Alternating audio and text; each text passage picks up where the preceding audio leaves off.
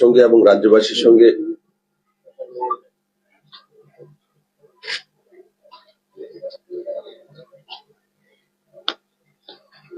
একত্রীকরণ করি এবং রাজ্যবাসীর অবগতির জন্য আপনাদের মাধ্যমে তা প্রস্তুত করি। গত যে লোকসভা সেশন সেটা 1 থেকে 19 ডিসেম্বর পর্যন্ত হয়েছে।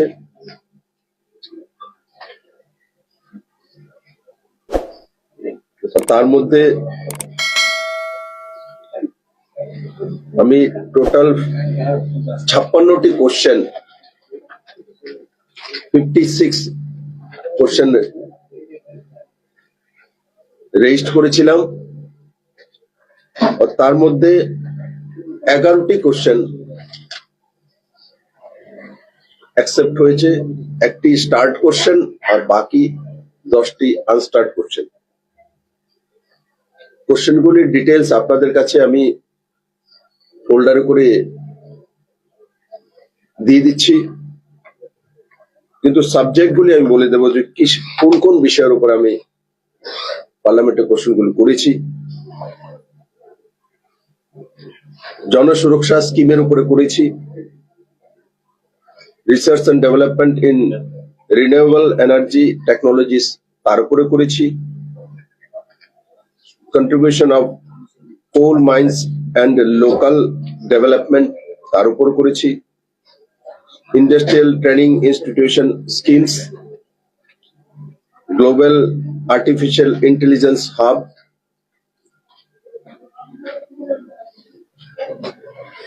Cruise Bharat mission, challenges in power sector, performance reviews of health sector, best performing states under WDC। এইগুলো হচ্ছে সাবজেক্ট। আর যেটা স্টার্ট কোশ্চেন ছিল তার সাবজেক্ট হচ্ছে scholarship schemes for tribals.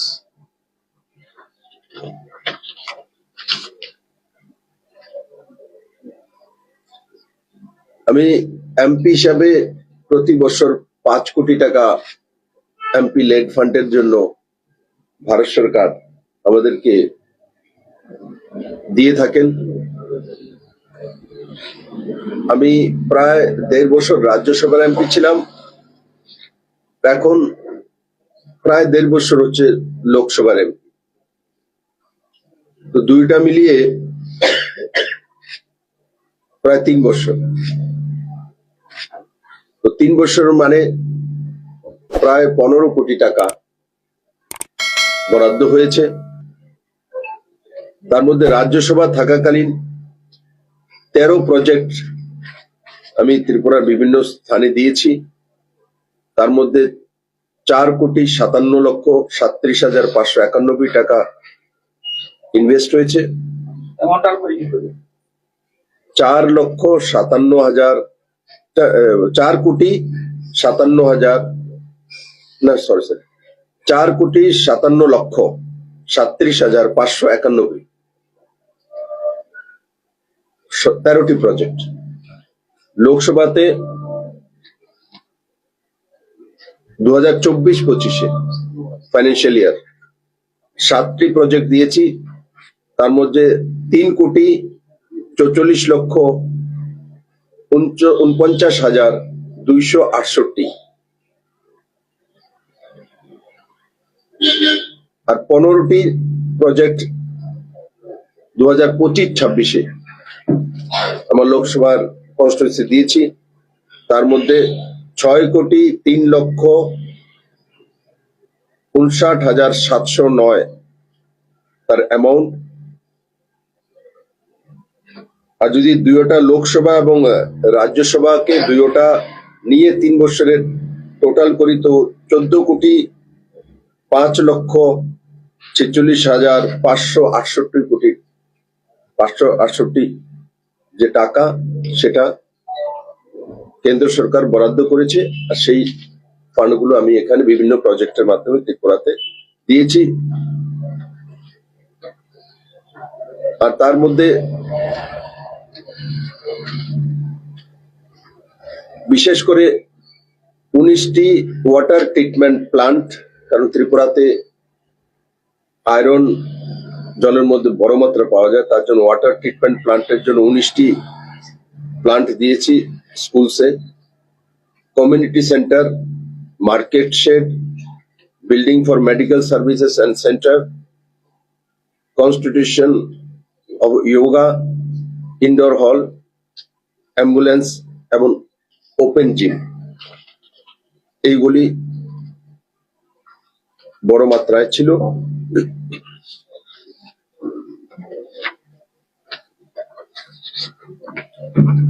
Financial assistance, যেটা প্রাইম মিনিস্টার রিলিফ ফান্ড থেকে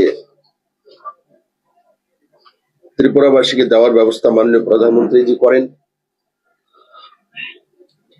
আমি এই পর্যন্ত 14টি পরিবারের 14 ব্যক্তিকে প্রাইম মিনিস্টার রিলিফ ফান্ডের মাধ্যমে 32,40,249 টাকা দেওয়ার ব্যবস্থা করেছি মাননীয় প্রধানমন্ত্রীজির রিলিফ ফান্ড থেকে। As a member of select committee,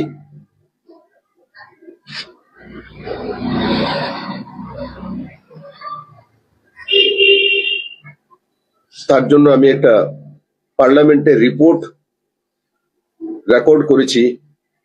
Evidence were given before the select committee on insolvency and bankruptcy code amendment bill 2025 in the Lok Sabha. এটা হচ্ছে ব্যাংকরাপসি কোডের অ্যামেন্ডমেন্ট বিল, যেটা ঐতিহাসিক পরিবর্তন আনবে।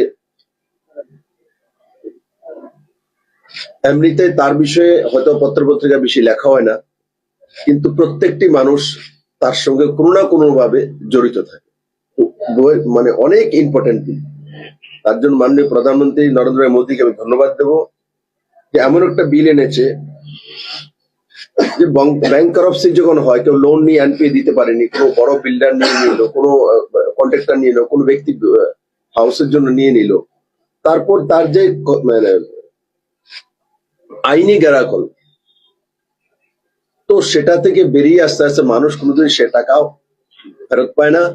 আর কোনো ব্যাংক মনে করলেন যে একটা ব্যাংক করাপ্ট হয়ে গেল, তো তাকে টেক ওভার করার জন্য যে পুরনো ব্যবস্থা ছিল তার মধ্যে অনেক সময় লেগে যায়। এখন তার মাধ্যমে সহজতর করে, যাতে কোনো কোম্পানি ব্যাংকরাপ্ট হয়ে গেছে অন্য কেউ টেক ওভার করতে পারে খুব তাড়াতাড়ি, তার ব্যবস্থা করেছে। তার কারণে কেউ যদি কোনো জায়গাতে ইনভেস্ট করে, কোনো ব্যাংকে টাকা রেখেছে, সেগুলো মানুষ আগে পেতে পেতে হয়তো পেতই না, বা 10 বছর 20 বছর পরে তার কোনো একটা কিছু হতো।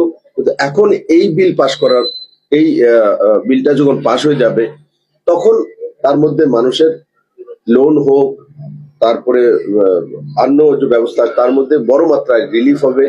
মানুষ কেরকম একটা ঘর কিনতে গেলে সবাই একটা লোন নেয় বা কোনো একটা সোসাইটির কাছ থেকে নেয়, তো সেইগুলোর মধ্যে অনেক সময় অনেক প্রবলেম করে যায়, তার কোনো সঠিক আইন কানুন ছিল না। তার কারণে আম জনতা সবচাইতে বেশি মানে তার লোকসান হতো।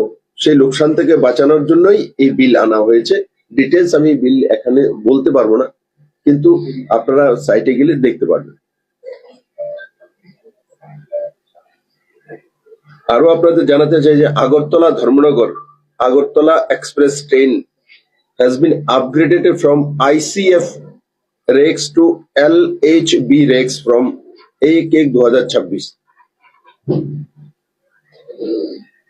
This will provide superior safety, comfort and speed daily communities. এই ট্রেনটা, এই যে আগরতলা এক্সপ্রেস, আগরতলা ধর্মনগর এক্সপ্রেস, সারা ভারতবর্ষেই মাননীয় অশ্বিনীজি যে রেল মিনিস্টার আছেন, তার রেলওয়ের আধুনিকরণ করা হচ্ছে। সেটা হয়তো অনেকের প্রশ্ন, আইসিএফ রেক্স থেকে এলএইচবি করাতে মানুষের কি লাভ হবে? এলএইচবি হচ্ছে, সেটা হচ্ছে লিঙ্ক হফম্যান বুশ, মানে জার্মান ডিজাইন এর মাধ্যমে খুব কমফর্ট, তার যে সেফটি ভালো, better suspension, higher speed, capacity, modern, এই ফ্যাসিলিটি গুলোর মধ্যে তার মধ্যে থাকে। তার কারণে যখন প্যাসেঞ্জাররা সে ট্রেনে উঠবে তো তার কমফোর্টেবল জার্নি হবে, সেফটি থাকবে এবং তার একটা দূরগামী পরিণাম হয়।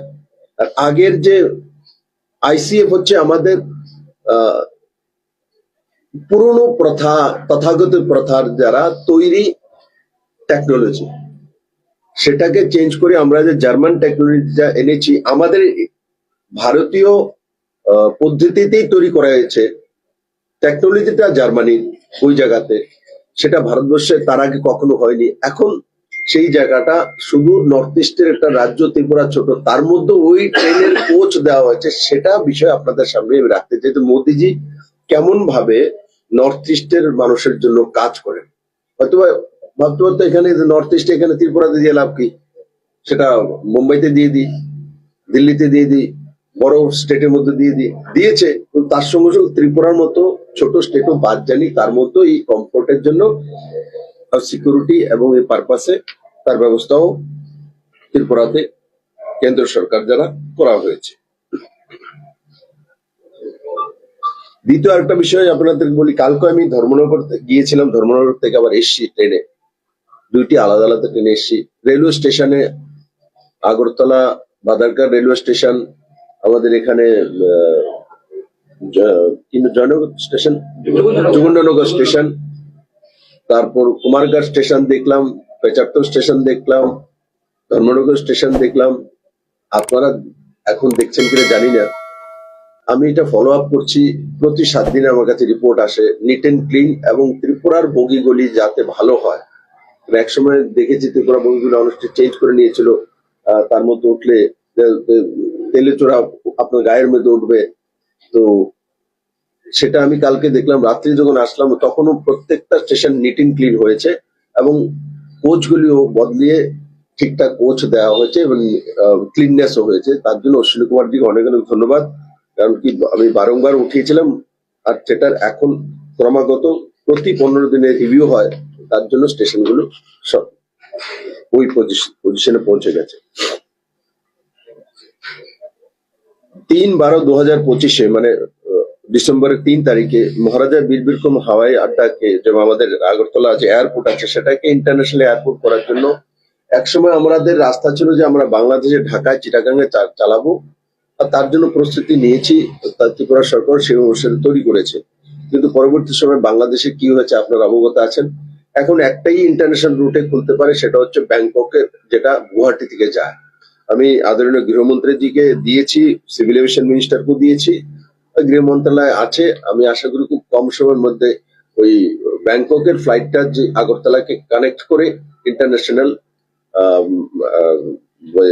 এয়ারপোর্ট হিসাবে মানুষ যাতে যেতে পারে এই এয়ারপোর্ট থেকে, তার ব্যবস্থা কম সময়তে করবে বলে আমি আশা করি। সেই বিষয়ে আমি তুলেছি, পত্রাচারও করেছি।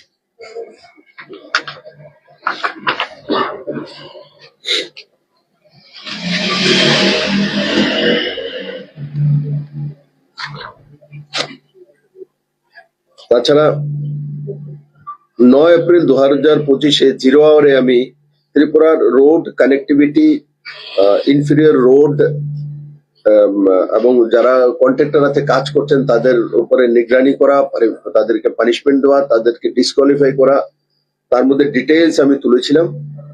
এটার কপি আপনাদেরকে আমি দিয়ে দেবো। বড় মাত্রায় রয়েছে। ত্রিপুরার যতগুলি 11টা অনগোয়িং প্রজেক্ট আছে, ন্যাশনাল হাইওয়েজ যে NHIDCL করছে, কিছু জায়গা আছে যে রোড হয়ে গেছে, যেমন গোমতির উপরে যে ব্রিজটা সেটা কিছুদিনের মধ্যে কমপ্লিট হয়ে যাবে। মোহরিনোর উপর ব্রিজ যে সেটাও কমপ্লিট হবে 2025-এর মধ্যে।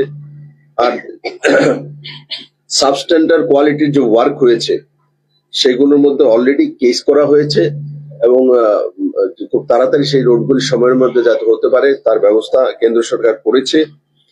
L1 কে দিয়ে যখন টেন্ডার গুলো দেওয়া হয়েছে, আমি অবজেকশন তুলেছিলাম যে L1 করে দেওয়ার কারণে যে এটা একটা প্রসেস ঠিক আছে, কিন্তু কোয়ালিটি মেনটেন করছে না। কিন্তু কি যে বিডিং প্রাইস যে আছে, বিডিং প্রাইস থেকে অনেক নিচে গিয়ে টেন্ডার করছে। টেন্ডার করে ত্রিপুরাতে যখন কাজ করার জন্য এরা আসে, তখন এসে দেখে যে এখানে প্রচুর বৃষ্টি হয়, এখানে এই সেই, তো কাজগুলো খারাপ করে বা দেরি করে আর বাহানা তৈরি করে। তার জন্য আমি বলেছি যে কোয়ালিটি অফ ওয়ার্ক যে দিতে পারে তাদেরকে, এদেরকে ডিসকোয়ালিফাই করে এদেরকে সরিয়ে অন্য কাউকে সেকেন্ড বিডার বা থার্ড বিডার, ফিফথ বিডার এদেরকে নিয়ে আসুন। এবং কেন্দ্র সরকার এবং মন্ত্রীজি সেই উপরে পদক্ষেপ নিয়েছেন, আমাকে ডিটেল দিয়েছে, আমি আপনাদেরকে কপি দিয়ে দেবো। ন্যাশনাল হাইওয়ে যতগুলি এনএইচএডিসিএল এর কাজ ভালো হোক খারাপ হোক যাই হয়েছে সবগুলোকে রিভিউ করা হয়েছে, এবং সবগুলোর মধ্যে যার মধ্যে যেই কমি পাওয়া গেছে আমার কাছে রিপোর্ট এসছে, এই কপিটা আপনাদের কাছে আমি দিয়ে দেবো। কেন্দ্র সরকার স্ট্রিক্টলি তার মধ্যে কাজ করছে যাতে প্রত্যেকটা প্রজেক্ট সময়ের মধ্যে শেষ হতে পারে।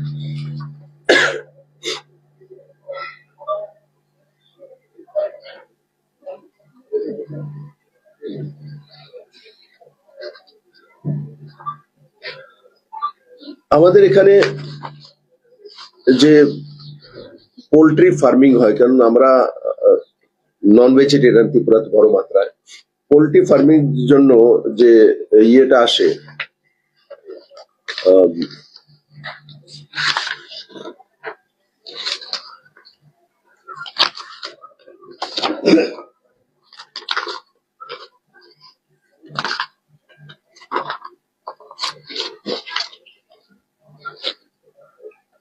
পোল্ট্রি ফার্মিং এর জন্য যে যেটাকে বলে ফিড না,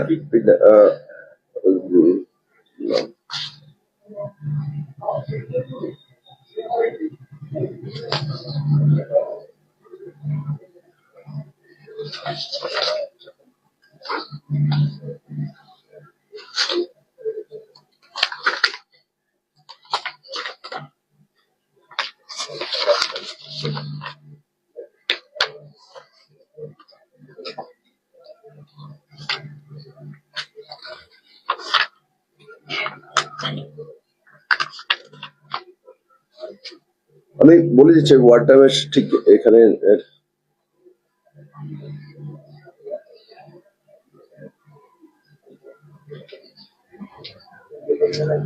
যে উড়িষ্যা থেকে পোল্ট্রি ফার্মিং এর যে পোল্ট্রির যে মোরগটা বড় হয় তার ছানাটাতে নিয়ে আসে, এটা উড়িষ্যা থেকে আসে।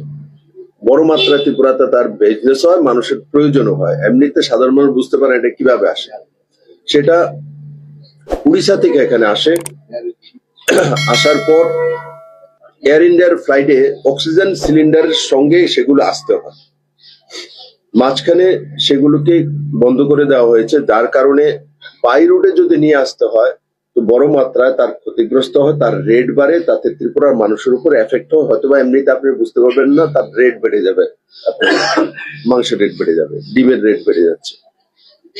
তার জন্য আমি মন্ত্রী সিভিল মিনিস্টারকে পত্রাচার করেছি 1/9/2025-এ। তার মধ্যে যে আগরতলা কলকাতা যে রোড আছে, উড়িষ্যা থেকে ট্রান্সপোর্টেড করে Agartala airport via Kolkata oxygen air cargo of air India, তো সেটা আসতেও সেটা বন্ধ হয়ে গেছে, সেটা পুনরায় চালু করার জন্য আমি দিয়েছি, তাতে ত্রিপুরার মানুষের উপকার হবে।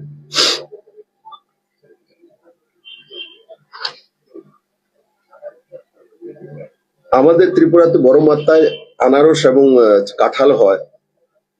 আমি শিবরাজ সিং চৌহানকে একটা লেটার লিখেছি, কারণ কি অর্গানিক প্রোডাক্ট করার জন্য 3 বছরের একটা টাইমিং হয়, যে 3 বছর যাবত লাগাতার তাকে চেক করবে, দেন সার্টিফিকেশন দিবে আফটার 3 ইয়ার্স, যেটা অর্গানিক ফ্রুট বা অর্গানিক কোন প্রোডাক্ট ফল। আমি ওনাকে একটা পত্রাচার করেছি যে জ্যাকফ্রুটের মধ্যে কোনোভাবেই কেউ সার প্রয়োগ করে না, আপনি হয় তার মধ্যে কেউ ইউরিয়া সারও দেয় না, তার মধ্যে কোনো কিছু করে না।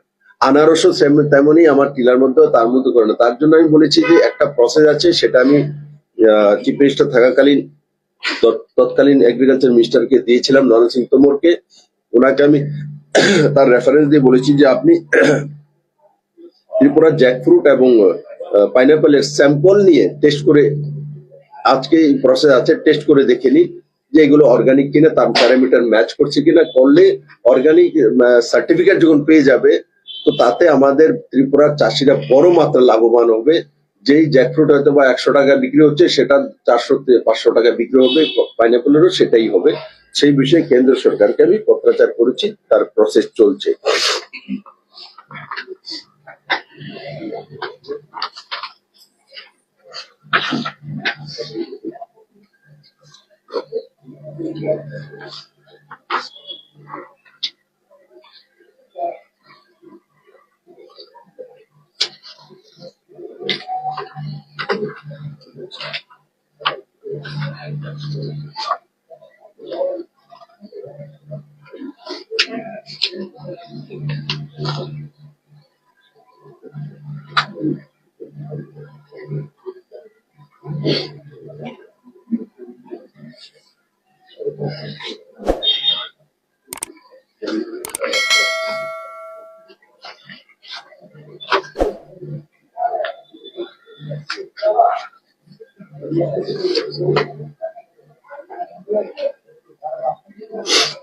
ধর্মেন্দ্র প্রধান জি কে এডুকেশন মিনিস্টার, ওনাকে আমি পার্লামেন্টে আইআইটি और আইআইএম এই দুটোর মধ্যে যে কোনো একটা ত্রিপুরাতে করার জন্য পত্রাচার করেছি। ওনার লেটার আমি পেয়েছি, অন প্রসেস রয়েছে।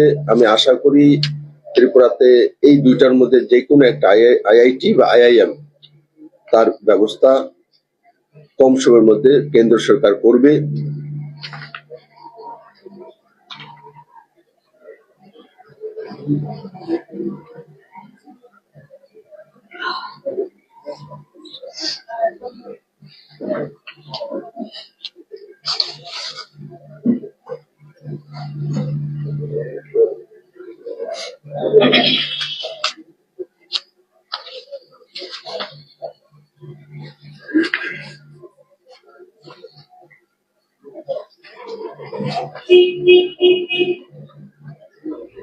তিনটা রূপের জন্য আমি 21-12-2023 তিনটা রূপে তৈরি করার জন্য, একটা হচ্ছে Maharani, Chhabimura, Udaipur railway station to Matarbari, তিনটা রূপে করার জন্য আমি কেন্দ্র সরকারকে পত্রাচার করেছিলাম। তখন কেন্দ্র সরকার থেকে একটা টিম ত্রিপুরাতে এসেছিল। তো এই তিনোটার বিষয়ে নন মানে ভাইবল না সেমন একটা রিপোর্ট তৈরি করেছে ত্রিপুরা সরকারের যে কিছু অফিসারের কাছ থেকে এই ধরনের ডেটা চলে গেছিল। আমি পরবর্তী সময় নীতিন গাডকারির সঙ্গে দেখা করেছি, দেখা করে ওনাকে বলেছি যে আপনি এই তিনটা প্রজেক্ট ভাইবেল হবে ত্রিপুরাতে, আর তার কি কারণে হবে তার ডেটা আমি চিফ সেক্রেটারির কাছ থেকে নিয়ে ওদেরকে দিল্লিতে করেছি। তো এই যে তিনটা প্রজেক্ট বললাম সেটা হয়তোবা এই বাজেটের মধ্যে, এখন যে বাজেট পেশ হবে তার মধ্যে আসবে। তো তাতে হয়তোবা তিনোটা প্রজেক্ট মিলিয়ে হয়তো 600 কোটি টাকার কাছাকাছি। তো Matabari to Matabari railway station, Matabari to Maharani যেখানে 51 পিট তৈরি হচ্ছে, 100 কোটি টাকা খরচা করে, 98 করব না 100 কোটি টাকা খরচা করে তার পর্যন্ত রূপে, আর ওখান থেকে ছবি মোড়া। তো এই তিনটা রূপের জন্য প্রস্তাব করেছি এবং যে চেয়ারম্যান আছেন তার আমার কাছে এসেছিলেন, আমার বাড়িতে দিল্লিতে মিটিং হয়েছে, উনি এগ্রিড হয়েছেন এবং ফাইল চালিয়েছেন। আমি আশা করি এই বাজেটে হয়তোবা এই তিনটা রূপে স্যাংশন হয়ে গেলে ত্রিপুরাতে বড় মাত্রায় ট্যুরিজমে এবং মানুষের রোজগার হবে। আর যেটা প্রশ্ন ছিল যে ফুটবল নেই, তো এমন একটা রিপোর্ট চলে গিয়েছিল যে মাতাবাড়িতে মানে 500,000 মানুষের ফুটবল, মাতাবাড়িতে অ্যাভারেজ ফুটবল আপনারা সবাই জানেন যে 10,000, 10,000। তো এই ধরনের রিপোর্ট ওইভাবে তৈরি করা হয়েছিল, কিন্তু সেগুলিকে চিফ সেক্রেটারির দিকে ঠিকঠাক করে আমি আবার পাঠিয়েছি এবং আশা করি এগুলো হলে বড় মাত্রায় ত্রিপুরার ছেলেমেয়েরা রোজগার পাবে এবং এন্টারটেনমেন্ট তো হবেই, তার সঙ্গে সঙ্গে মাতাবাড়িতে যে আমাদের শ্রদ্ধার জায়গাটা সেটাতে যাওয়ার একটা সুন্দর সুযোগ হবে রূপের মাধ্যমে।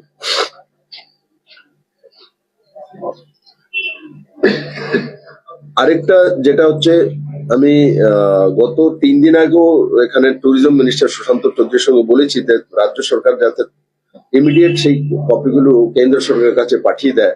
একটা হচ্ছে যোগমায়া কালীবাড়ি বেলুনিয়াতে, একটা হচ্ছে রাজরাজেশ্বরী কালীবাড়ি এই মোহরিপুর, আর একটা হচ্ছে দত্তেশ্বরী কালীবাড়ি সেটা হচ্ছে সাবরুমে। এই তিনটাকে প্রায় 29 কোটি টাকা, মানে 30 কোটি টাকার প্রজেক্ট তিনটাকে ডেভেলপ করার জন্য, মাতাবাড়িতে যেভাবে ডেভেলপ করেছি এই তিনটাকে ডেভেলপ করার জন্য আমি প্রস্তাব পাঠিয়েছি।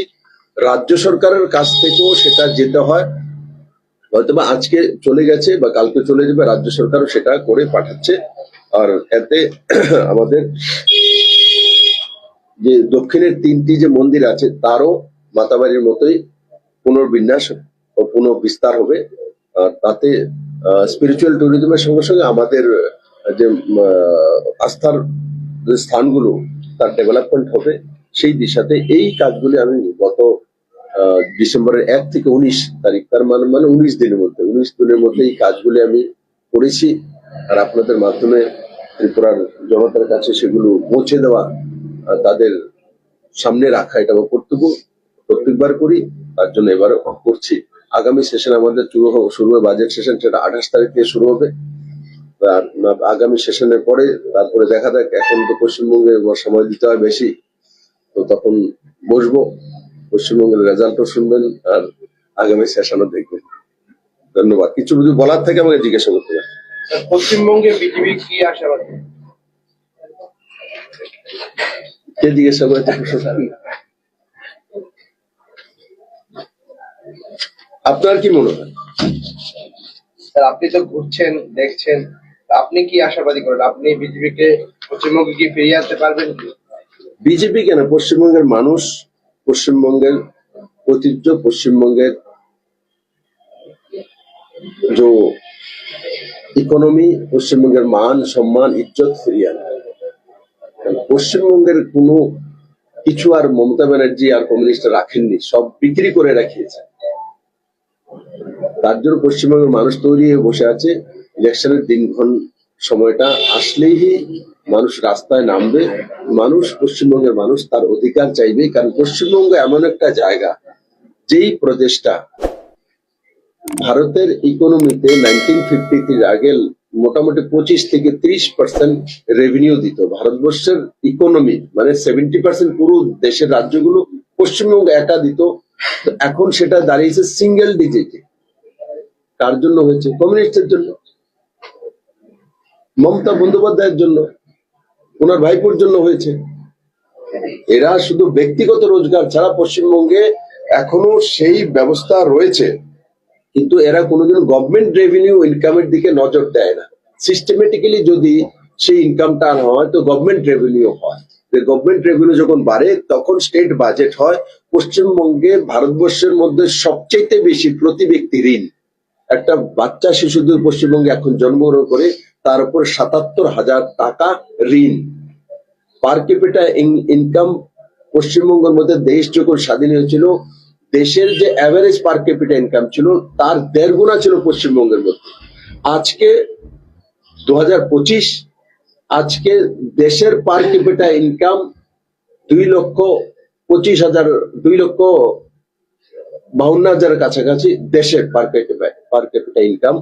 আর পশ্চিমবঙ্গের হচ্ছে 1,29,000।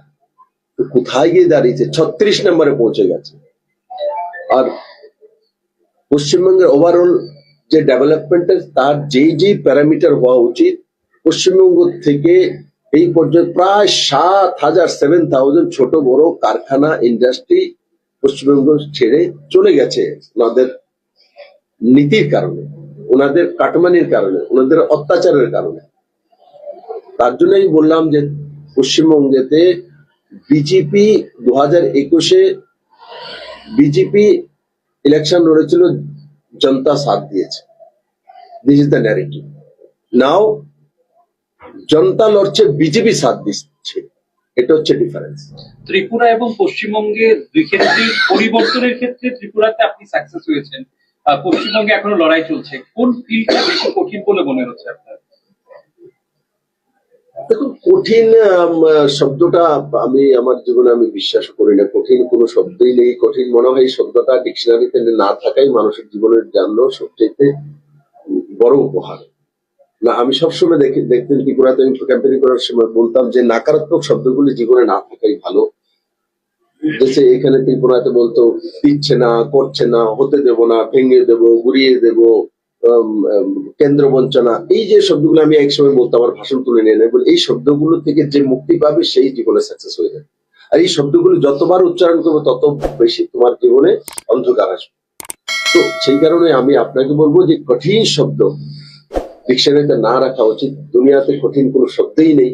আপনার ইচ্ছা শক্তির উপর নির্ভর করে আপনি এটা করতে চাচ্ছেন বা করছেন বা করতে পারবেন বা সাকসেস হবেন। তো নরেন্দ্র ভাই মোদীর ডিকশনারিতে কঠিন কোনো শব্দ নেই। যে ব্যক্তি রাম মন্দির তৈরি করতে পারে, যে ব্যক্তি 370 আর্টিকেল সরাতে পারে, যে আর্টিকেল 35 সরাতে পারে, যে অপারেশন সিন্দুর করতে পারে, যে সার্জিক্যাল স্ট্রাইক করতে পারে, যে 3 তালাক উঠাতে পারে, যে ভারতের ইকোনমিকে 5 মানে দুনিয়ার 5ম ইকোনমিতে নিয়ে যেতে পারে, যে আমেরিকান রক্তচক্ষু থাকার পরও পাকিস্তানকে সবক শিখাতে জানে, তো স্বাভাবিকভাবে ভারতীয় জনতা পার্টির ডিকশনারিতে বা নরেন্দ্র ভাই মোদী বা অমিত শাহ ডিকশনারিতে কঠিন কোনো শব্দ নেই।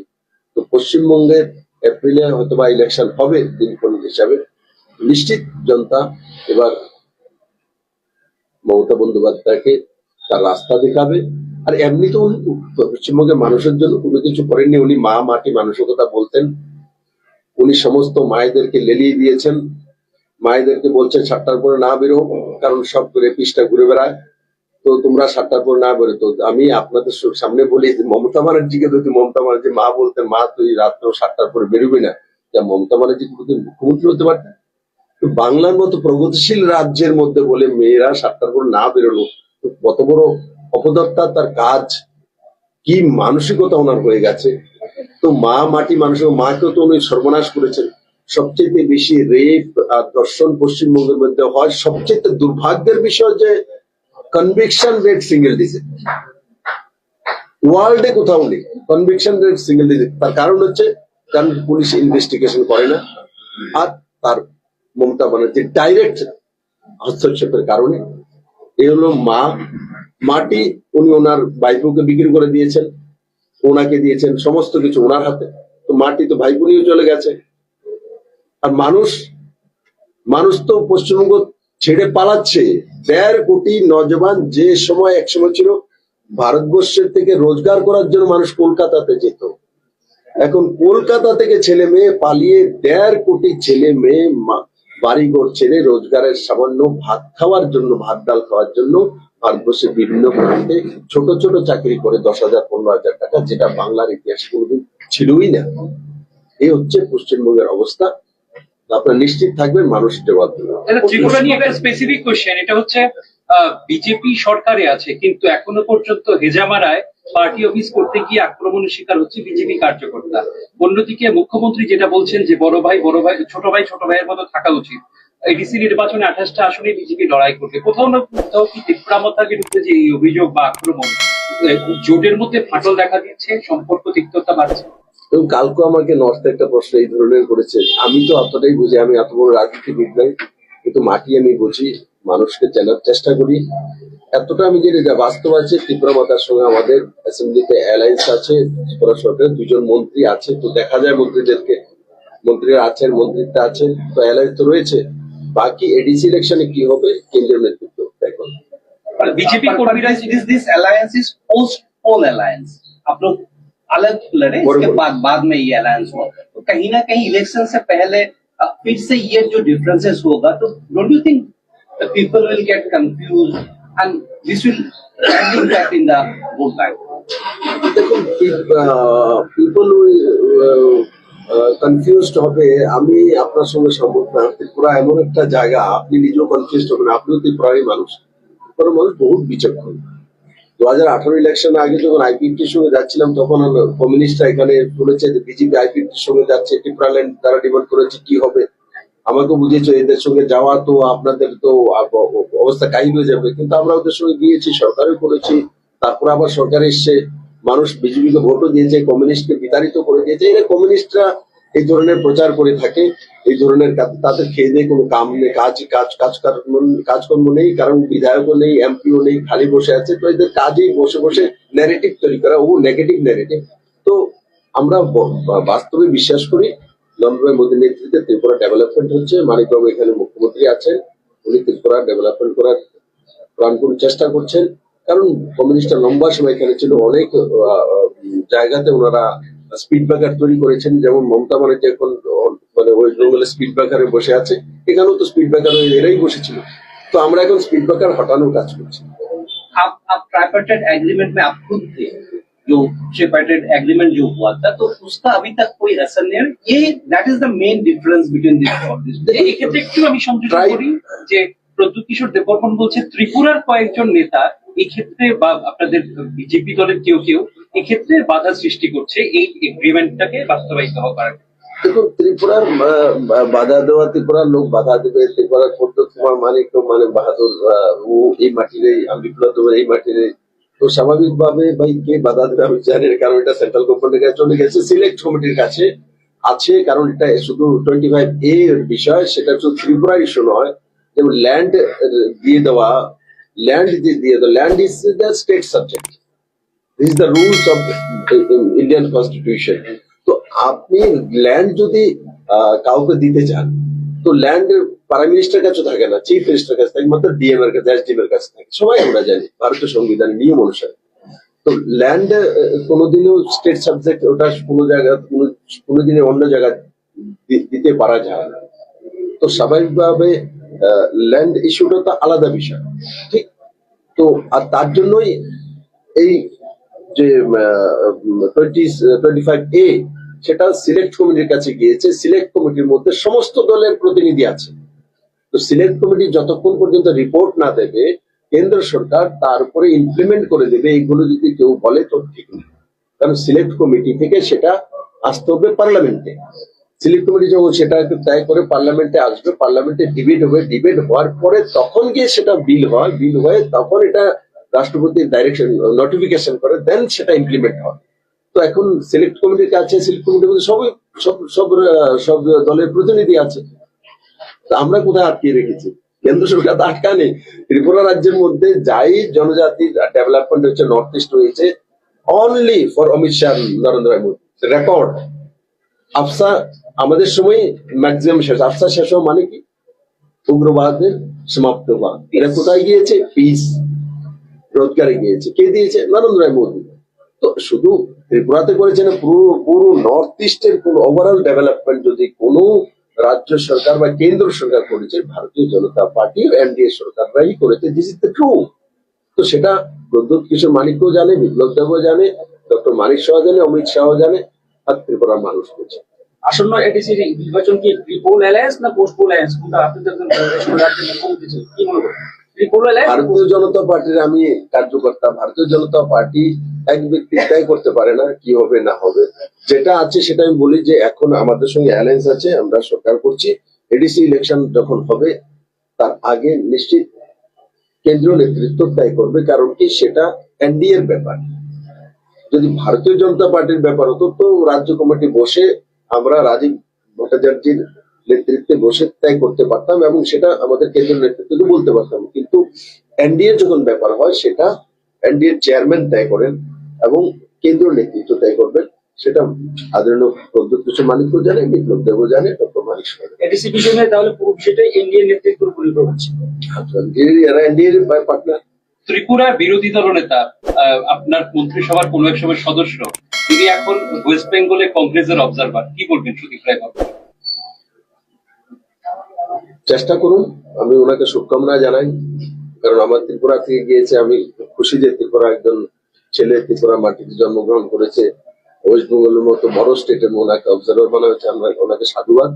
এই ভূমি থেকে বিপ্লব দেব তো নিজের ত্রিপুরার মানুষ, যেখানে গিয়ে ভালো কিছু করতে চায়, বড় জায়গায় যেতে চায়, তো আমি তো যে কোনো পার্টির হোক, যে কোনো জায়গার হোক, I am very happy to for that. কিন্তু ওখানে উনি গিয়েছেন, ভালো করে কাজ করুক, আর মমতা ব্যানার্জিকে লড়াই করুক। Sir, one more question. The script of Boro को लेके काफी देर से ये रुका हुआ है, इस पर आपका क्या राय है पर्सनली? और जो ट्राइपार्टाइट एग्रीमेंट कह रहे हैं उनके तरफ से बार बार कह रहा था कि 6 महीने का timeline, was there any timeline actually उसमें कि 6 महीने में इसको इम्प्लीमेंट करना है, ऐसा कुछ? আপনার উপর নির্ভর করে না, আমি বললাম না। আমি হয়তো বা আমরা হয়তো 6 মান্থের বলেছি বা 3 মাসের বলেছি, 7 দিনের বলেছি। আপনি 7 দিনের বলেছেন, কিন্তু আপনি সেটা কোথায় পাঠিয়েছেন? সেন্ট্রাল গভর্নমেন্টের সময়সীমা আপনি তয় করতে পারবেন, আপনার দায়রার মধ্যে নেই। তো মানুষকে কনফিউজ না করা, বোঝা উচিত যে আপনি বলেছেন 6 মাসের মধ্যে করে দেবো, আমি তো 3 দিনের মধ্যে করে দিয়ে পাঠিয়ে দিয়েছি।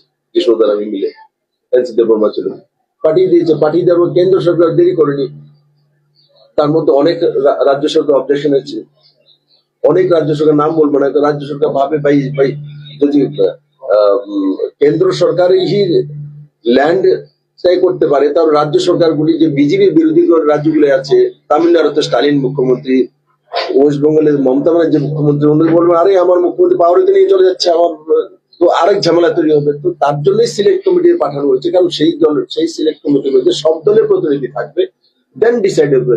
তো সিলেক্ট কমিটির সময়সীমা বিপ্লব দেবেন অকাতে নেই ত্যাগ করার, আমার জীবনে আমি শুনিনি বা আমি ত্যাগ করতে পারবো, সেটা অসম্ভব।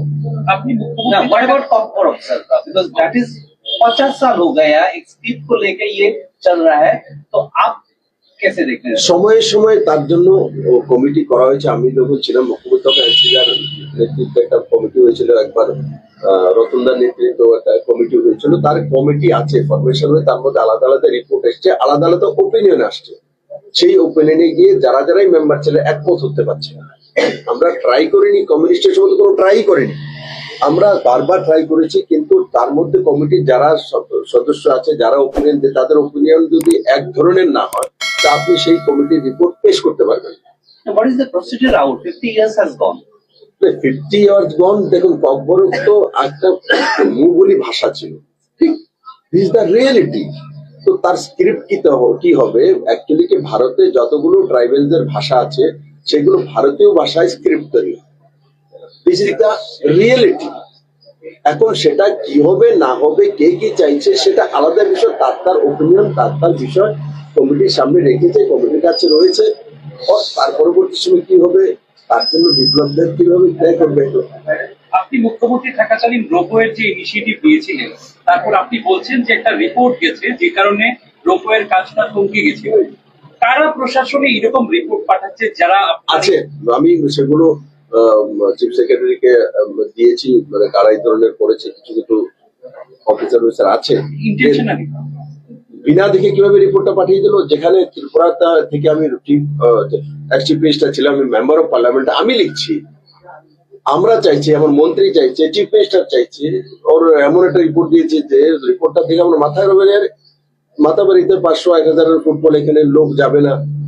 আপনিও তো মাতাবাড়ির লোক, কি মাতাবাড়ি রেলওয়ে স্টেশন থেকে রূপটা হলে সেখানে লিখেছে 5 জন পর্যন্ত লোক পাওয়া যাবে। আরে ত্রিপুরা মানুষকে আমি চিনি, দরকার হলে গাছের ফল, নারকেল বিক্রি করে, ফল বিক্রি করে গিয়ে রূপতে উঠে মাতাবাড়িতে যাবে লোকাল লোকেরাই। আমি তো ত্রিপুরার ছেলে, আমি জানি। তো এই ধরনের একটা রিপোর্ট গিয়েছিল, তার জন্য আমি পরে চিফ সেক্রেটারিকে বলেছি এবং সেটা